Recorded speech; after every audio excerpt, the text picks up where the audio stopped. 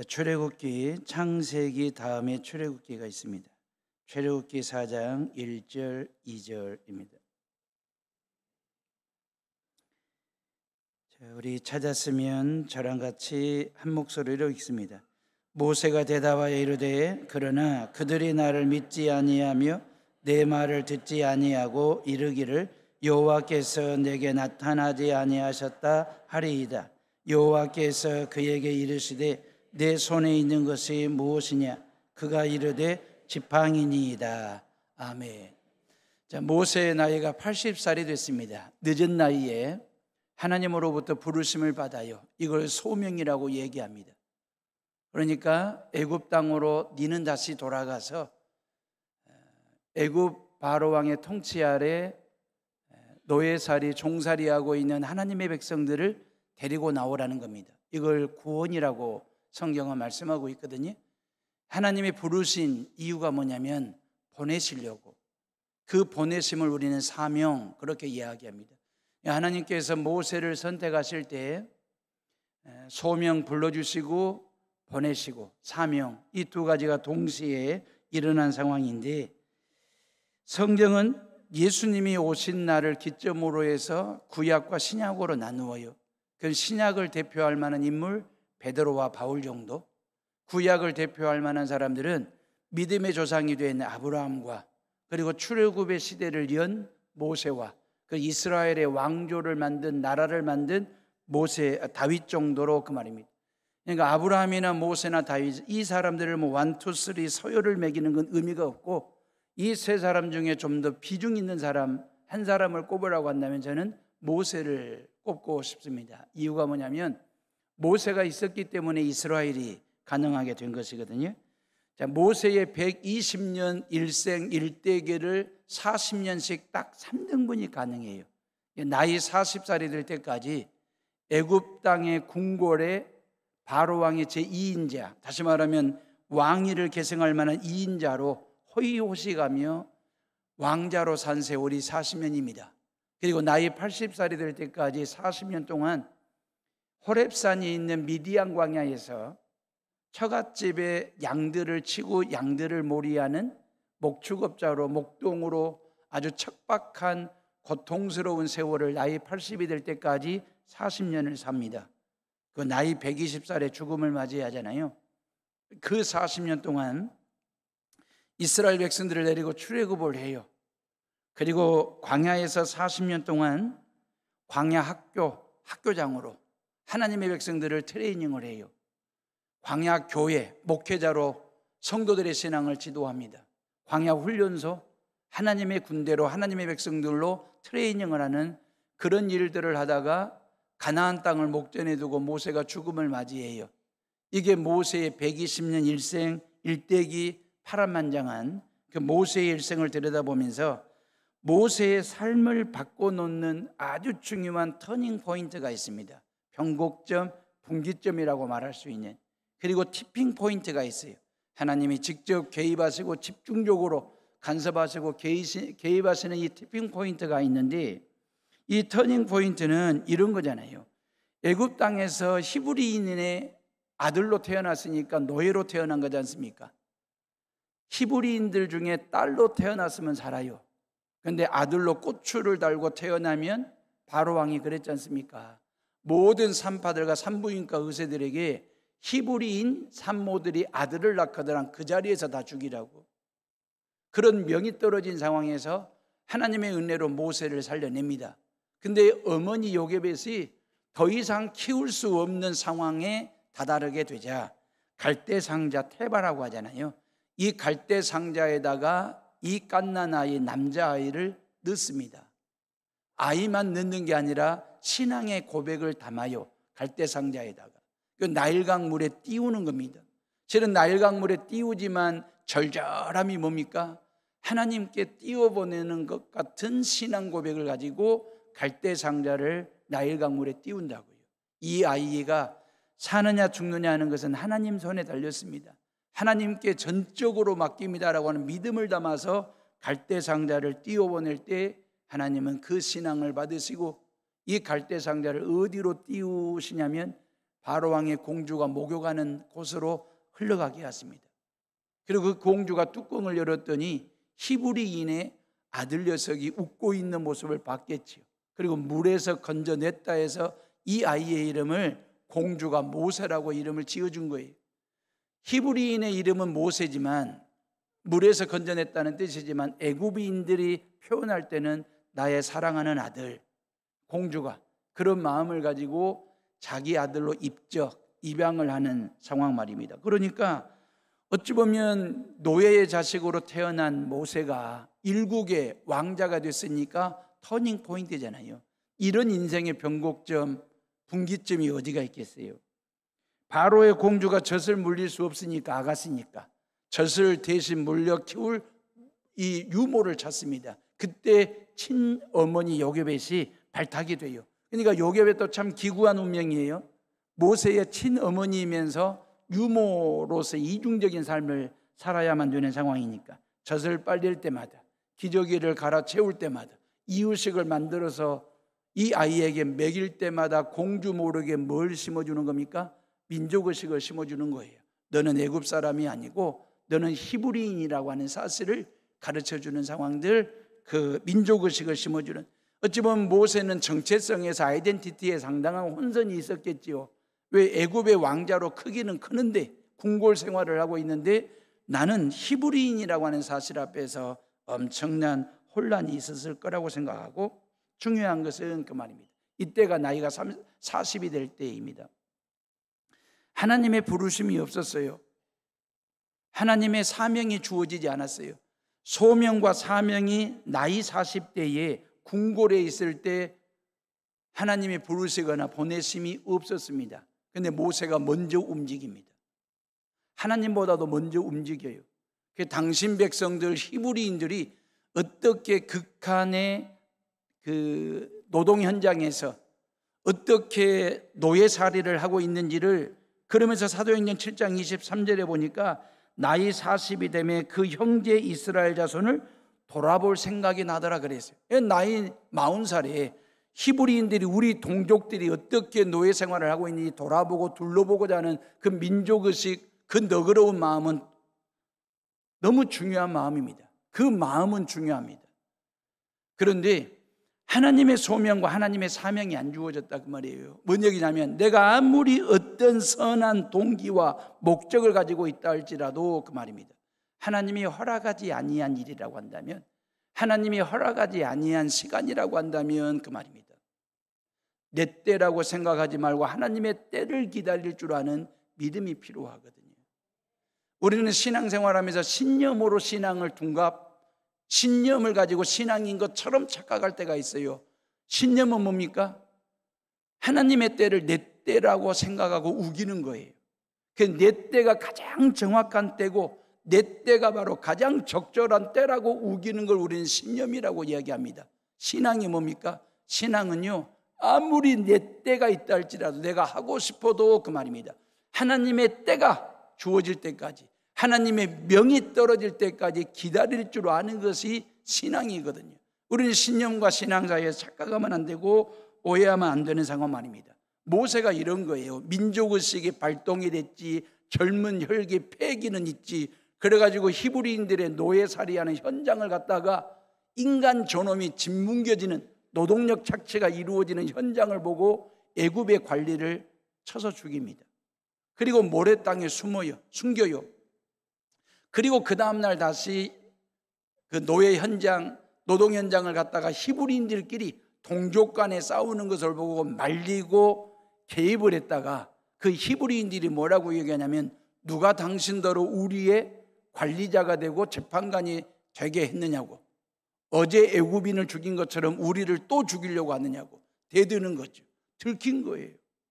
어제 살인사건이 들킨 상황이 됐습니다. 그때 모세가 도망을 치게 되는 거죠. 어디로? 미디안 광야로, 호렙산이 있는 곳으로 말입니다.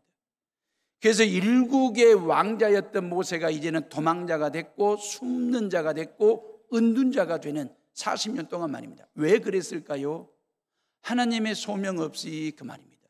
하나님의 사명 없이, 하나님이 부르시지도 않았는데, 하나님이 보내시지도 아니했는데 물론 그 동기와 목적은 선하고 옳은 일이고 좋은 일이었지만 동족들이 어떻게 생활하는지 둘러볼 생각으로 현장에 나갔다가 그 민족의식과 혈기로 인하여 살인극을 벌이고 난 다음에 도망치는 신세가 됐던 모세의 모습 말입니다. 이제 왕자가 살인자가 됐어요. 궁궐이 아니라 광야가 돼 내몰리는 상황 말입니다. 사랑하는 에오름의 식구들이요, 다시 한번 말씀드리지만 우리에게 정말 좋은 목적과 선한 의도를 가지고 뭔가를 하고 싶을 때의 그 말입니다. 그럴 때마다 하나님께 묻고 또 물으셔야 돼요. 하나님의 때가 됐는지, 하나님이 원하시는 일인지, 하나님이 허락하시는 일인지 그 말입니다. 여러분들이 일하다 보면, 사업하다 보면, 살다 보면 힘들고 어렵고 답답하고 정말 넘기 힘든 고단한 삶이 내 앞에 덜컹덜컹 주어질 때가 있지 않습니까? 그럴 때마다 그 말입니다. 인생 기여를 한번 중립에 놓아보는 것 말입니다. 내 신앙의 기여를 한 번씩 중립에 놓고, 목회 기여를 중립에다가 놓고 하나님께서 뭐라고 말씀하시는지 한번 들어보는 시간 말입니다. 우리의 인생과 우리의 신앙과 우리의 목회가 내가 달리고 싶은 대로 마음껏 스피드하게 달릴 수 있는 삶이 아니지 않습니까? 내가 가고 싶은 방향대로 마음껏 운전할 수 있는 목회도 아니고 신앙도 아니고 삶도 아니지 않습니까? 때에 따라 멈춰야 될 상황 말입니다. 때에 따라 힘들고 어려워서 멈춰야 될 상황이 될 때는 인생 기여를 중립에 놓을 때라니까요. 신앙의 기여를 중립에다 놓고 하나님께서 뭐라고 말씀하시는지 악셀에다해서 발을 떼고 핸들에서 손을 떼고 하나님의 음성에 귀 기울이게 하는 시간 말입니다. 하나님께서 뭐라고 말씀하시는지, 하나님께서 어떻게 인도하시는지 하나님의 음성 듣기, 하나님 바라보기 멍 때리게 하듯이 그 말입니다. 우리의 인생은 그럴 때가 많이 종종 있거든요. 신앙도 마찬가지고 그 말입니다. 근데 모세는 그리하지를 못했어요. 그냥 나이 40살에 하나님의 부르심도 하나님의 보내심도 없는데 민족의식과 젊은 패기를 가지고 전진기아를 넣고 악셀에다를 밟았다가 노동 현장에서 사람 죽이는 살인자가 되어버렸고 36개 주랭랑을 치는 인생의 낭패, 인생의 실수, 실패를 하게 되는 상황 말입니다. 왜요? 나이 40살 그때는 인생 기여를 중립에 놓을 때였거든요. 하나님의 음성에 귀를 기울일 때였거든요. 하나님의 때가 언젠지, 하나님이 원하시는 뜻이 무엇인지를 묻고 물어야 될 때에 본인이 기여를 넣고 악셀에다를 밟은 거죠. 핸들링 한 거죠. 하나님보다 먼저 움직이시면 손해가 납니다. 이런 낭패, 이런 실패를 하게 됩니다. 여러분, 하나님을 제끼면요, 뭔가가 내 인생을 제낄 때가 옵니다. 목회도 마찬가지더라고요. 하나님을 제끼고 목회했다가 그 뭔가가 내 목회를 제끼면 그때는 항상 낭패가 옵니다. 실수 아닌 실수하게 되는 상황 말입니다. 모세를 봐보세요. 나이 40살 때는 하나님의 부르심이 없었으면 그대로 기다려야 돼요. 근데 그때 인생 기여를 넣고 냅다 들이밟고 달렸다가 낭패를 당해가지고 지금 어디로 가 있습니까? 궁궐을 떠나 광야, 미디안 광야에 뭘 하는 사람으로? 양몰이 양치기 하는 사람으로 바뀌는. 그러니까 40년 동안 그 대가를 톡톡히 지금 치르고 있는 모세의 모습이거든요. 저는 3남매를 키우는데 중흥동에서 아들 둘을 키웠어요. 그때 중흥 초등학교를 다닐 때입니다. 언제 한번 말씀을 드렸지만 지금으로부터 16년, 17년 전은요, 중흥 초등학교 가을 운동회는 100m 달리기를 해가지고 1등을 하면 공책을 줬고 2등 하면 연필을 줬고요, 3등 하면 지우개, 4등 꼴등하면 꽝이었어요. 그런 운동회를 했어요. 우리 6남매는요, 형도 누나들도 동생들도 100m 달리기를 하면 잘 뛰면 2등, 그렇지 않으면 3등, 4등. 그래서 한 번도 1등을 해본 적이 없는 상황입니다. 이게 운동 꽝인 가문이에요. 운동 짱이 없어요. 근데 우리 두 아들 중에 한 녀석이 100m 달리기에서 1등을 하는 가문의 영광이 생겼습니다. 놀라운 일이 생겼습니다. 저희 집사람이, 저는 운동회 때 못 가고 저희 집사람이 교회 학교 아이들도 좀 볼 겸, 두 아들들도 볼 겸해서 운동회 구경하러 갔다가 이 100m 달리기 하는 상황을 본 거죠. 4명이 출발선에 서 있고 담임 선생님은 딱총 들고 빵! 땅 하는 소리를 하는과 동시에 달리는 건데 이게 불발탄이 된 거예요. 땅 해야 되는데 이게 딱 한 거예요. 불발이 됐어. 근데 나머지 3명은 꼬린 지점을 향하여 팍 뛰어나가면서 경쟁이라도 지금 막 달리기를 시작했습니다. 선생님은 다시 돌아오라고 그렇게 돌아오라고 해도 이 3 녀석들은 마지막까지 꼬린 지점까지 다 달렸어. 완주했어. 1, 2, 3등이 가려진 거야. 우리 아들은 출발선에 그대로 대기하고 있고, 그러니까 이제 꼬린 지점에 있는 선생님이 야 니네 3명 다시 돌아오래. 가지고 그 애들이 100m를 또다시 돌아와서 200m를 뛴 애들과 이제 300m를 뛰어야 돼. 걔네들은. 우리 아들은 100m만 뛰면 되고. 그래가지고 그날 1등 했다고 하나요? 이 가문의 영광이지. 그래가지고 얼마나 제가 이 17년 전에 있었던 얘기를 이렇게 리얼하게 예화로 써먹을 수 있는 이유는 그때 그 기분이 얼마나 좋았는지 모릅니다. 그때 딱 한 번 있었던 아주 경이로운 일이었으니까. 제가 뭘 얘기를 하려고 하냐면, 교훈이 뭐냐면 땅 소리에 뛰는 게 규칙입니다. 그게 룰입니다. 딱 소리에 뛰면 불법이에요. 규칙을 어기는 거예요. 픽 소리에 뛰어도 안 됩니다. 틱 소리에 뛰어도 안 됩니다. 핑 소리에 뛰어도 안 됩니다. 오로지 땅 소리에만 뛰어야 됩니다. 근데 이 3 친구들은요, 선생님보다 먼저 움직인 거예요. 불발탄이 났는데 땅 소리가 아닌데 딱 소리를 듣고 이 3명의 아이들이 선생님보다 먼저 움직였고, 선생님이 돌아오라고 그렇게 소리를 질러도 그 소리를 안 듣고 100m 완주를 하고 다시 돌아왔을 때 헛심을 쓴 거잖아요. 낭패를 본 거잖아요. 실수한 거잖아요. 우리의 신앙생활은요, 하나님의 부르심 땅 하는 소리입니다. 하나님의 보내심 땅 하는 소리입니다. 우리가 이 소리에 귀를 기울일 줄 알아야 돼요. 이 소리를 들을 줄 아는 영의 귀가 열리는 성도들 되시기를 주님의 이름으로 축원합니다. 모세는 결국 잘못 움직였다가 하나님보다 먼저 움직였다가 40년 동안 미디안 광야에서 척박한 목축업을 하다가 고생을 하다가, 그리고 이제 미디안 광야에서 40년 동안 아주 하나님의 훈련을 받죠. 이게 바로 티핑 포인트입니다. 집중적인 하나님의 훈련 말입니다. 어찌 보면 역사의 전면에 있던 사람 아닙니까? 바로 왕의 후계자니까. 역사의 수면 위에서 말입니다. 왕자로 궁궐에서 호의호식하며 떳떳하게 당당하게 살던 그 모세가 역사의 뒤편으로 밀려난 신세가 됐습니다.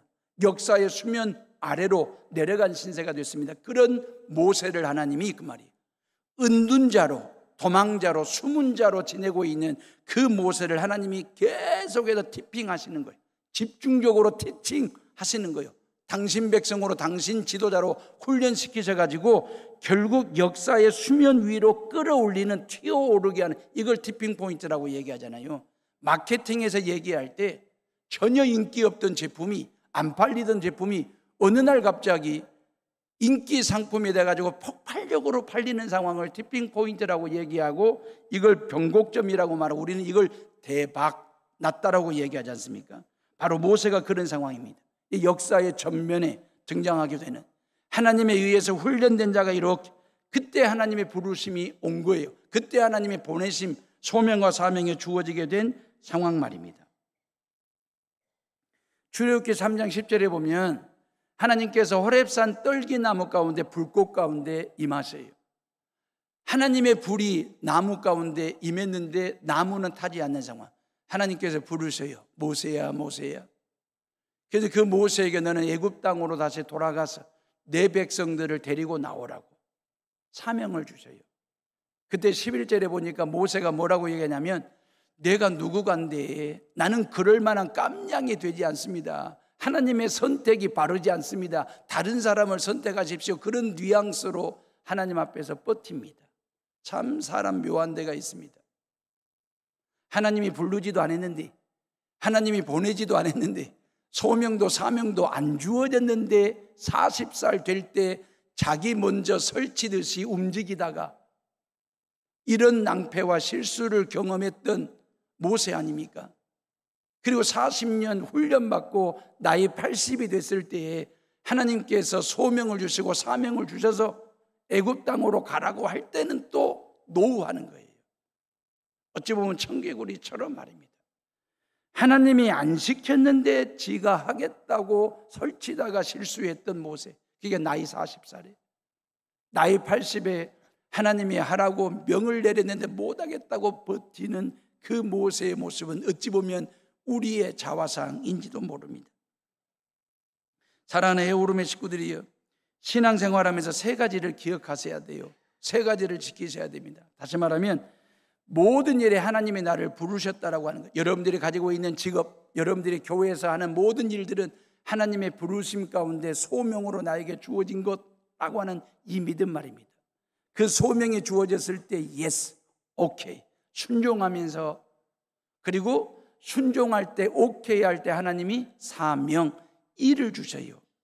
그 일은 이 세상에서 반드시 내가 해야 될 일이라고 하는 사명감을 가지고 감당하는 것. 그래서 오늘 성경에 보면 기꺼이라고 하는 말이 나옵니다. 기꺼이, 그 말이에요. 하나님의 말씀 앞에서 기꺼이 순종하는 것, 하나님의 명령이 떨어질 때 기꺼이 순종하는 것, 그 말입니다. 주일날 점심 먹는 것, 6주 만에 한 번씩 돌아오는 점심 준비하는 것 만만치 않거든요. 근데 이 점심 준비하는 것도 우리 여전교회나 권사에서 기꺼이 순종하는 마음으로 즐겁게, 코로나 이후에 점심을 회복하지를 못해서 뷔페를 불러다가 아니면 국수를 삶아 먹는 교회들도 허다한데 우리 교회는 회복을 했거든요. 점심 준비하는 거 말입니다. 가능한 이유가 뭡니까? 기꺼이 순종하는 믿음이 있었기 때문에. 정교인 한 마음 근잔치 하는 것, 4년 만에 코로나 이후에 흥국제국관에 전 세대가 한꺼번에 모이는 행사, 기꺼이, 그 말입니다. 온 성도들이 모여서 추수감사, 아니 추석 명절 말입니다. 이 추석 명절도 우리가 기꺼이 기쁨으로 감사함으로 즐겁게 준비하는 것 말입니다. 지금 모세가 식군등하고 있단 말이에요. 갈까 말까 망설이고 있을 때 하나님께서 모세에게 뭐라고 물으셨어요? 2절 말씀이에요. 우리 다 같이 2절을 읽어봅니다. 시작. 여호와께서 그에게 이르시되 네 손에 있는 것이 무엇이냐? 그가 이르되 지팡이니이다 그랬어요. 모세에게 네 손에 있는 게 뭐냐? 지팡이입니다. 땅에 던져라. 던졌더니 뱀이 됐어요. 그 뱀의 꼬랑지를 잡아라 그랬더니 꼬랑지를 잡았더니 다시 지팡이가 되는 놀라운 기적을 하나님께서 모세에게 보여주셨습니다. 자, 이 지팡이가 뭐냐 그 말이에요. 모세가 지금까지 썼던 지팡이입니다. 아주 흔한 지팡이입니다. 아주 천한 지팡이입니다. 얼마든지 어디서든지 언제든지 구할 수 있는 지팡이입니다. 이 지팡이를 가지고 모세가 애굽 땅에 들어가 나일강을 칠 때 나일강물이 피로 변했지 않습니까? 하늘을 향하여 휘저을 때 하늘에서 우박이 떨어졌지 않습니까? 반석을 내리칠 때 생수가 나왔지 않습니까? 홍해바다를 내리칠 때 홍해바다가 쪼개지는 놀라운 기적의 지팡이였지 않습니까? 이 지팡이는 뭘로 만드냐면 시띠나무라고, 이제 성지순례를 가서 보면 봐요. 이 시띠나무라고, 이 나무를 꺾어서 양치기 할 때, 양모리를 할 때 막대기로 쓰는 거거든요. 그 목동들이 지팡이로 쓰기도 하고, 맹수의 공격으로부터 양들을 지킬 때 무기로 사용하는 아주 다양한 용도로, 목동대에게는 지팡이도 있고 막대기도 있고 두 가지를 가지고, 이 시띠나무 말입니다. 이 시띠나무는 아주 흔한 나무예요. 천한 겁니다. 보잘것없습니다. 이미 밑둥이가 잘린 상태니까 이건 생명력도 상실해버린 그냥 막가지에 불과한, 막대기에 불과한 모세의 지팡이 말입니다. 그런데 이 모세가 하나님의 손에 붙잡혔을 때 그 말입니다. 이 모세의 지팡이가 하나님의 지팡이가 됩니다. 모세가 처자식을 데리고 하나님의 말씀에 순종하여 애굽 땅으로 가요. 애굽 땅으로 들어갈 때 그 모습을 성경은 20절에 이렇게 얘기를 해요. 20절 말씀 봐보세요. 다 같이 20절을 읽어봅니다. 시작. 모세가 그의 아내와 아들들을 나귀에 태우고 애굽으로 돌아가는데 모세가 하나님의 지팡이를 손에 잡았더라 그랬거든요. 2절 말씀에는 모세의 지팡이라고 얘기했고 20절에서는 하나님의 지팡이라고 얘기했거든요. 사랑하는 에오름의 식구들이요, 지팡이가 달라진 것일까요? 20절의 지팡이와 20절의 지팡이는 다른 것일까요?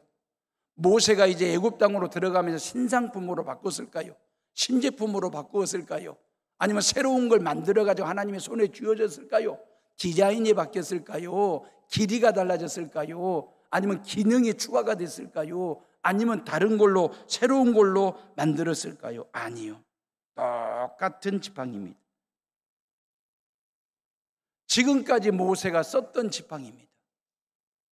근데 왜 2절에서는 모세의 지팡이고 20절에서는 하나님의 지팡이가 됐을까요?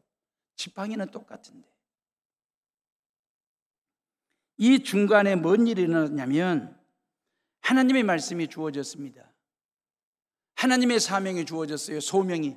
내가 너를 불러 민족의 지도자로 삼아 애굽 땅에 있는 내 백성들을 다시 데리고 나오도록, 이 소명과 사명이 주어졌을 때 하나님의 약속이잖아요. 하나님의 말씀이 어디에? 모세에게, 모세의 지팡이에 더해졌습니다. 소명이 더해지고 사명이 더해지고 말씀이 더해지고 약속이 더해졌습니다. 거기에 모세의 믿음이 더해졌습니다. 모세의 순종이 더해졌습니다. 지금 처자식을 데리고 애굽 땅으로 들어가고 있지 않습니까?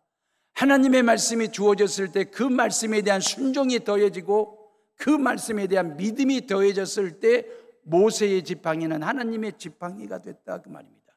모세는 하나님의 사람이 되었다라고 하는 이야기거든요. 모세가 지금까지 쓰던 지팡이를 버리고 호렙산 떨기나무 불꽃 가운데 임하신 하나님께 새로운 지팡이를 만들어준 게 아니에요. 지금까지 쓰던 거예요. 지금까지 가지고 살던 거예요. 신상품으로 바꿔주신 것도 아니고 도깨비 방망이 같은 지팡이를 주신 게 아닙니다. 지금까지 쓰던 것, 가지고 다니던 것, 오랫동안 쓴 것입니다. 다만 달라진 것이 있다면 지팡이는 달라진 게 없습니다. 크기도 모양도 디자인도 똑같습니다. 근데 그 지팡이를 든 모세가 달라졌습니다. 나이 40살이 될 때까지는 하나님 없이 살던 사람이 나이 80살이 될 때에 미디안 광야를 통해서 하나님으로부터 지칭 훈련을 받아가지고 하나님의 사람이 되어가지고 이제 모세에게 소명도 사명도 말씀도 약속이 더해지고 거기에 모세의 믿음과 순종이 더해지면서 그 말입니다. 그 지팡이는 기적을 행하는, 능력을 행하는 지팡이로 바뀌게 되었다라고 하는 것입니다. 오랫동안 쓴 골통품입니다. 이건 모세의 애장품과도 같은 것이거든요. 그런데 하나님은 거기에 당신의 모든 것을 더하셨어요. 하나님이 우리에게 원하시는 건 뭔지 아십니까? 하나님은 저와 여러분들의 아주 작은 믿음, 작은 재능, 작은 헌신, 작은 물질, 작은 봉사, 작은 기도, 그걸 하나님은 아주 귀하게 여기십니다. 하나님께서 우리에게 막 큰 걸 원하시는 것, 많은 걸 원하시는 것, 귀한 것을 원하시는 분이 아닙니다. 하나님이 없을 게 뭐 있겠습니까? 하나님은 모든 것의 주인 되시는데, 하나님은 모든 것을 다 가지고 계시는 하나님이 뭐가 아쉬워서, 뭐가 없어서 저와 여러분들에게 이것 달라 저것 달라 이것 바쳐라 말씀하시겠습니까? 아닙니다. 하나님은 모든 걸 다 가지고 계신 분이시라니까요. 그런 하나님이 그 말입니다. 모세의 지팡이 말입니다. 아주 흔한 겁니다. 천한 것입니다. 지금까지 썼던 겁니다. 보잘것없는 것입니다. 작은 것입니다. 막대기입니다. 지팡이입니다. 그 지팡이를 들어 하나님이 귀하게 쓰시고 능력 있게 쓰신 것처럼 그 말입니다. 중요한 것은 그 말입니다. 이 지팡이가 모세의 지팡이, 모세가 잡고 있는 지팡이가 아니라 하나님의 지팡이, 하나님이 붙잡는 지팡이가 되었다 그 말이에요. 우리 인생도 마찬가지입니다. 여러분들의 자녀들도 마찬가지입니다. 뭘 얼마나 배웠냐 못 배웠냐, 가졌냐 못 가졌냐, 많냐 적냐, 귀하냐 천하냐, 사회적 신분이 높냐 낮냐가 중요한 게 아니에요. 하나님의 입장에서는 너에게 있는 것이 뭐냐라고 물었을 때 그 말이에요. 지팡이입니다. 말하고 솔직하게 말할 수 있는, 고백할 수 있는 그 믿음이 있으면 그 말입니다. 하나님께서 붙잡으실 때에, 하나님께 붙잡힌 바 될 때에 그 말입니다. 내 인생을 내가 붙들고 있으면 나의 인생이 되는 거잖아요.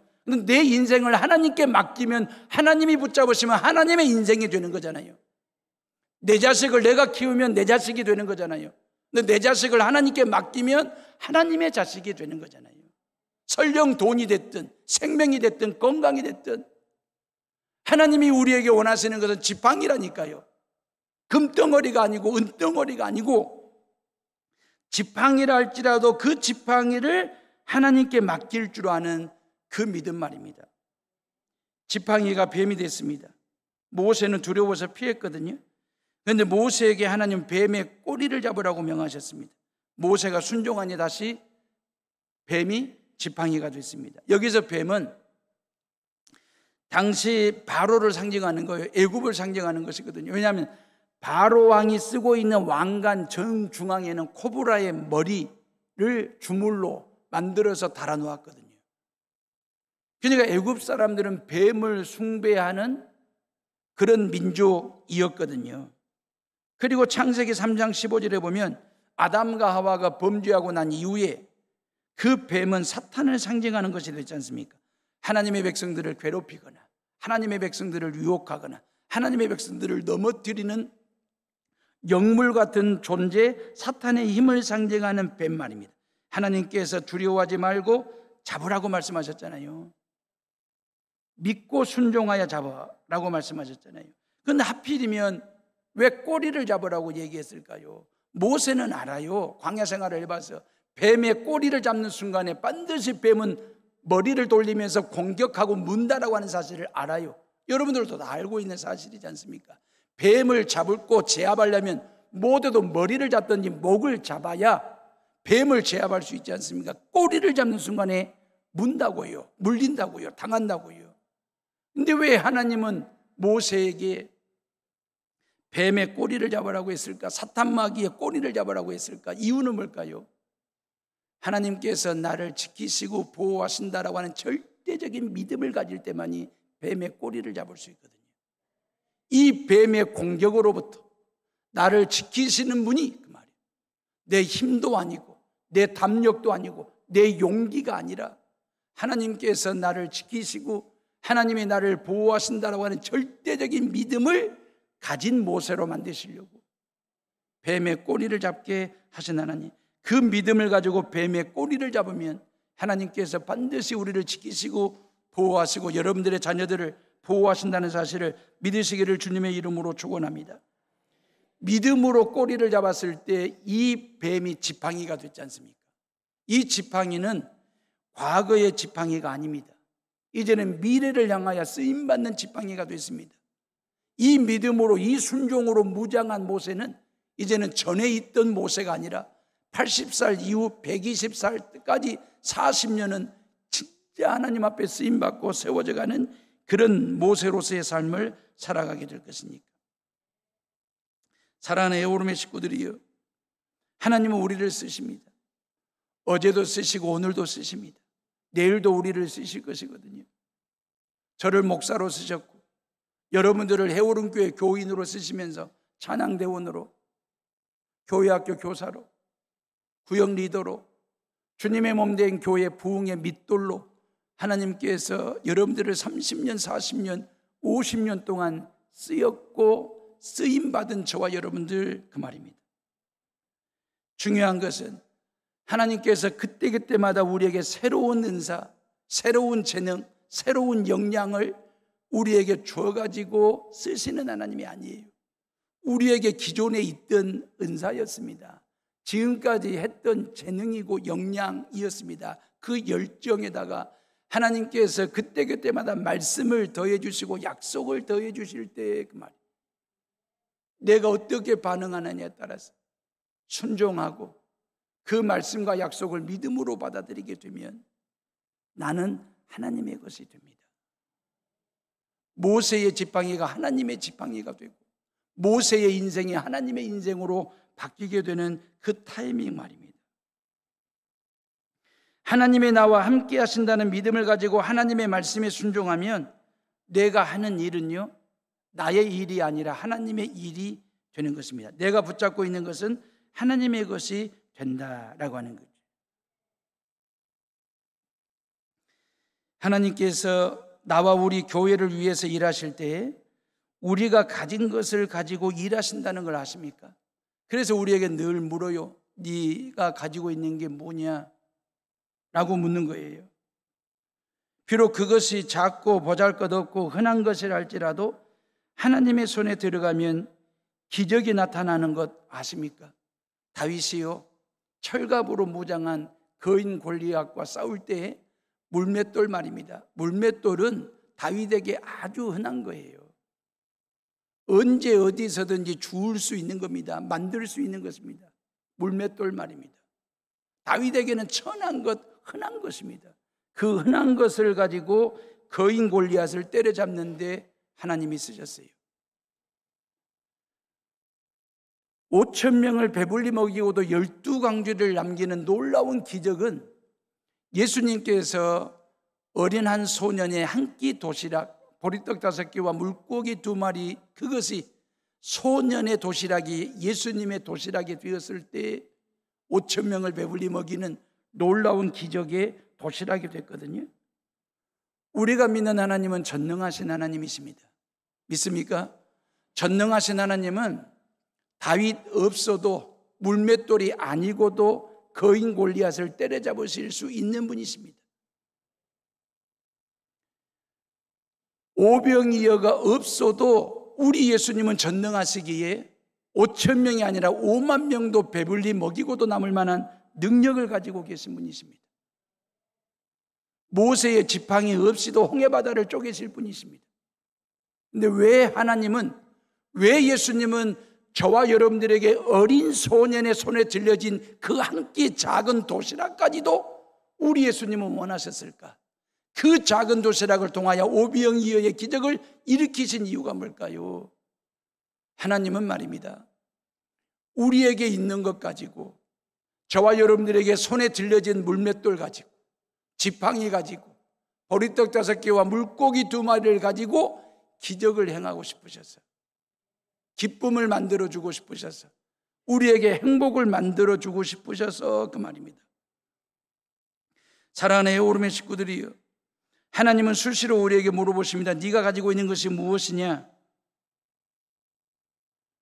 나에게 있는 것 가지고 기적을 만들어주시고 기쁨과 행복을 만들어주시고자 하시는 그 하나님의 사랑, 그 말입니다. 너의 직업이 뭐냐? 예, 공무원입니다. 은행원입니다. 시장에서 노점하고 있습니다. 예, 사업하고 있습니다. 사업체 오너입니다. 그럴 때에 하나님 쓰십시오. 그러면 그 사업은 하나님의 사업이 됩니다. 네가 가지고 있는 것이 뭐냐? 예, 공부 좀 했습니다. 그래, 그 공부를 하나님께 쓰라고 드릴 때에 하나님은 그 지식을 하나님의 지식으로 만들어 쓰십니다. 네가 가지고 있는 것이 뭐냐? 예, 아무것도 없습니다. 저는 기도밖에 없습니다. 그래, 그 기도를 내가 응답으로 쓰겠다라고 하시는 그 하나님의 사랑, 그 말입니다. 네 손에 들려있는 것이 뭐냐? 스마트폰입니다. 예, 필요한 겁니다. 좋은 겁니다. 아이들과 자녀들과 손주들 손에 들려있는 이 스마트폰 말입니다. 정말 좋은 기계입니다. 하나님 앞에 기도하셔야 돼요. 아이들 손에 들려있는 이 스마트폰이 우리 아이들의 모든 삶과 정신세계를, 영적인 세계까지 사로잡는 그런 스마트폰이 아니라, 스마트폰을 들고는 있지만 스마트폰을 쥘 줄 아는, 스마트폰을 다스릴 줄 아는, 스마트폰에 대한 절제와 결단할 줄 아는, 그 정말 이 스마트폰을 악용이 아니라 선용할 줄 아는 그러한 스마트폰이 될 수 있도록, 기계가 될 수 있도록 하나님 앞에 기도하고 또 기도하는 것 말입니다. 그게 우리에게 대단히 중요합니다. 하나님이 우리에게 말씀하십니다. 너에게 무엇이 있느냐? 물으실 때에 그 말입니다. 지팡이가 있습니다. 무엇이 있습니다. 그걸 던지라고 말씀하실 때에 이걸 내려놓고 포기하라는 거죠. 지금까지 너를 인도하고 너에게 분신 갖고 네 몸과 하나인 일체형인 몸뚱아리 같은 그 지팡이를 던지고 내려놓고 포기할 줄 아는. 왜요? 그 지팡이를 놓아야 던져야 하나님을 붙잡는 모세가 될 수 있기 때문에, 하나님께 붙잡힌 바 된 모세가 되기 때문에, 저와 여러분들의 모든 삶 가운데 내가 지금까지 나의 분신처럼 나와 일체감을 이루었던 그 무엇인가를 놓고 이제는 하나님 부여잡고 십자가 단단히 붙들고 살아가는 저와 여러분들 되시기를 주님의 이름으로 축원합니다. 그래야 할 때 하나님께서 내 인생 붙잡아 주시고 내 사업을 붙잡아 주시고 내 자녀들을, 이 교회를 붙들어 주신다는 사실을 기억하시고 하나님께 붙잡힌 바 된 하나님의 지팡이로 살아가는 저와 여러분들 되시기를 주님의 이름으로 축원합니다. 우리 이 시간 조용히 묵상하며 기도하겠습니다.